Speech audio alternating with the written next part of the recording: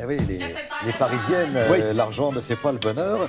Eh ben justement, on va parler d'argent. Enfin, on va fêter un anniversaire. Parce que ça, vous ne le savez peut-être pas, mais la caisse d'épargne, voilà, c'est rentré dans nos foyers, si je puis dire. Bon, voilà, ça nous permet d'économiser un petit peu. Mais saviez-vous que la création de la première caisse d'épargne en Île-de-France a eu lieu en 1818 Le 22 mai. 1818-2018, c'est un bel anniversaire. Absolument. Le 22 mai en plus. Oui, ça sera demain. Demain, ça sera le véritable anniversaire. On voulait en parler aujourd'hui, évidemment, pour prévenir les choses. Mais voilà, une belle aventure qui commence en 1818. C'est vraiment la première banque qui va au-devant des petits épargnants. Vous savez, les gens les plus modestes, les plus simples, parce qu'on accepte le premier franc qu'on va inscrire sur un livret. Alors, quand on parle de caisse d'épargne, il y a deux mots, caisse et épargne. Alors, caisse, ça vient d'un mot latin, capsa, qui désignait quelque chose pour transporter les livres à l'origine, les livres à lire. Puis les fruits, les légumes, puis l'argent, on va y placer l'argent à l'intérieur de cette caisse, de cette boîte, mais du coup, il va falloir tenir la caisse. Et puis, on va avoir besoin d'un caissier. Donc, tout ça fait que le mot caisse va être consacré avant tout à l'argent, tel qu'on peut l'imaginer. Voilà pourquoi plusieurs banques vont reprendre ce mot. Et puis épargne, alors ça vient d'épargner, le verbe, à l'origine c'était épargner la vie de quelqu'un, vous savez, c'est-à-dire le laisser vivre.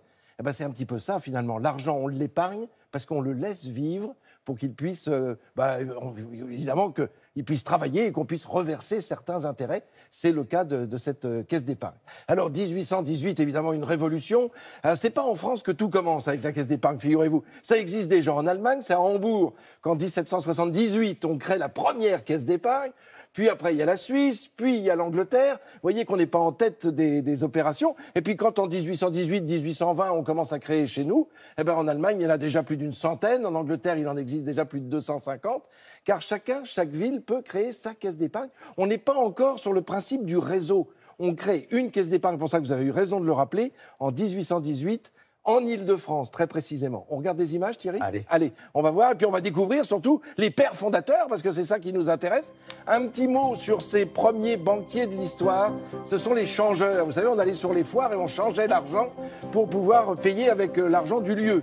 Et ces changeurs travaillaient sur un banc, ce banc va devenir une banque, et les hommes vont devenir des banquiers. Ce qui est logique puisqu'ils travaillent sur un banc. Alors ça, c'est pour l'origine. Et voilà les deux pères fondateurs. Là, vous avez le duc de la Rochefoucauld-Liancourt. C'est lui qui a susurré à l'oreille de Louis XVI. Non, sire, ce n'est pas une révolte, c'est une révolution. C'était lui. Et voici lui, ça c'est Benjamin de Lesser, qui lui a été élevé en Angleterre, donc il a connu les premières caisses d'épargne. Et surtout, c'est lui qui a imaginé le procédé de fabrication du sucre à partir de la betterave. Vous voyez, des personnages emblématiques de notre histoire.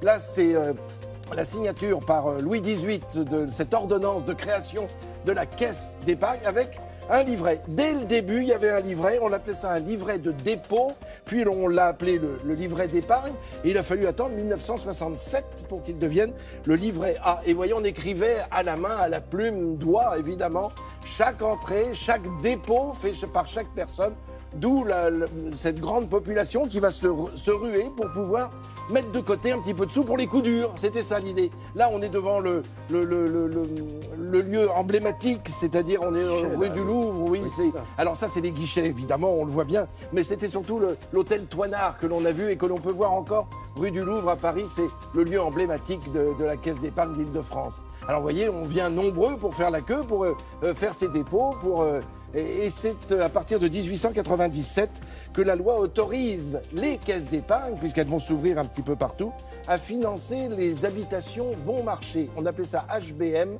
ce sont les ancêtres de nos HLM. Donc c'était évidemment une vraie révolution, et on le sait, on l'a toujours dit, la caisse d'épargne, c'était aussi, et avant tout, le livret A était destiné avant tout à la conception et à la fabrication, si je puis dire, enfin... je vais y arriver. La construction des c'est pas gagné, hein. Ah oui, c'est pas gagné, vous avez raison. Mais ce qui était intéressant, c'était le contrat de confiance, en fait, que ces gens-là passaient avec ce qui allait devenir le petit épargnant. Oui. Parce que dire à quelqu'un, donnez-moi votre argent, et puis il y aura des intérêts. Alors, il y aura des intérêts, et vous pourrez le récupérer à tout moment, c'était ça. Alors ça s'adressait aux ouvriers, aux employés, aux femmes et aux enfants. C'est quelque chose... Alors ça s'est multiplié assez rapidement, puisqu'on est allé jusqu'à 500 caisses d'épargne réparties sur tout le territoire, et c'est à partir de 1906 que tout ça va se réunir, et puis évidemment, évidemment, le grand virage, c'est 2009, avec l'association avec les banques populaires, BPCE, Banque Populaire Caisse d'Épargne. C'est le deuxième groupe financier en France. Tout ça a commencé en 1818. Bon anniversaire. Ouais, merci beaucoup. Frédéric, si vous restez avec nous, on sera ravis de reparler justement de cet anniversaire. Je peux dire juste un mot pour remercier Madame de Liamby qui nous a beaucoup aidés pour ce sujet.